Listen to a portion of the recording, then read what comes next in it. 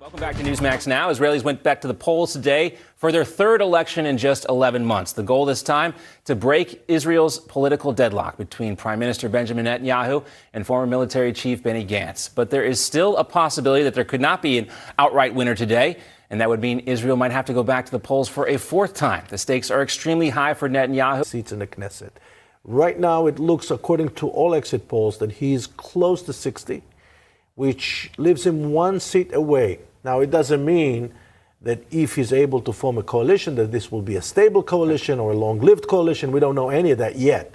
We'll have to wait for the votes to be counted until the very end to know the real picture. And you think the coronavirus is actually having an effect there, pushing voters in the direction of Netanyahu? Yes, I think that generally speaking, the coronavirus is a good thing for conservative politicians wherever they are in the world, because when people are anxious, they have a tendency to preserve the existing order and not to seek change. Right.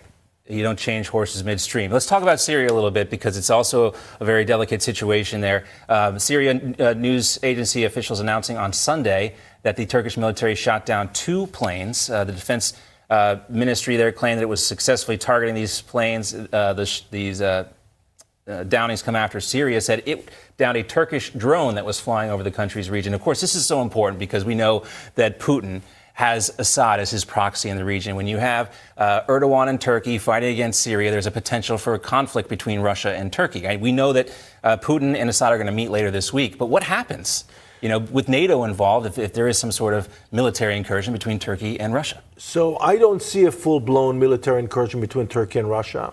For the very simple reason that everything that we see right now is a result of the inability of the international system to handle actually Iran.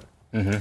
As a result of that inability, Syria is basically up for grabs.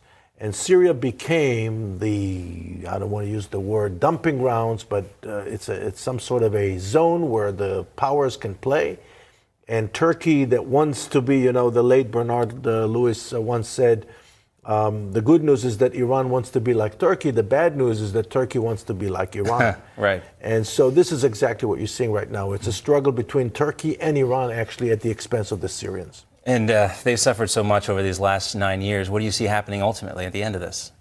Well, obviously, Syria is in a process of disintegration. The country is imploding. It's dysfunctional. I don't think that their army is any match to the Turkish army.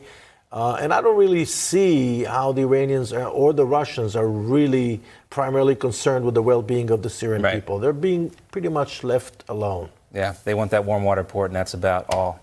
Ambassador Aharoni, great to see you. Thank you for your time, sir. Thank you. Appreciate it. Thank you. All right.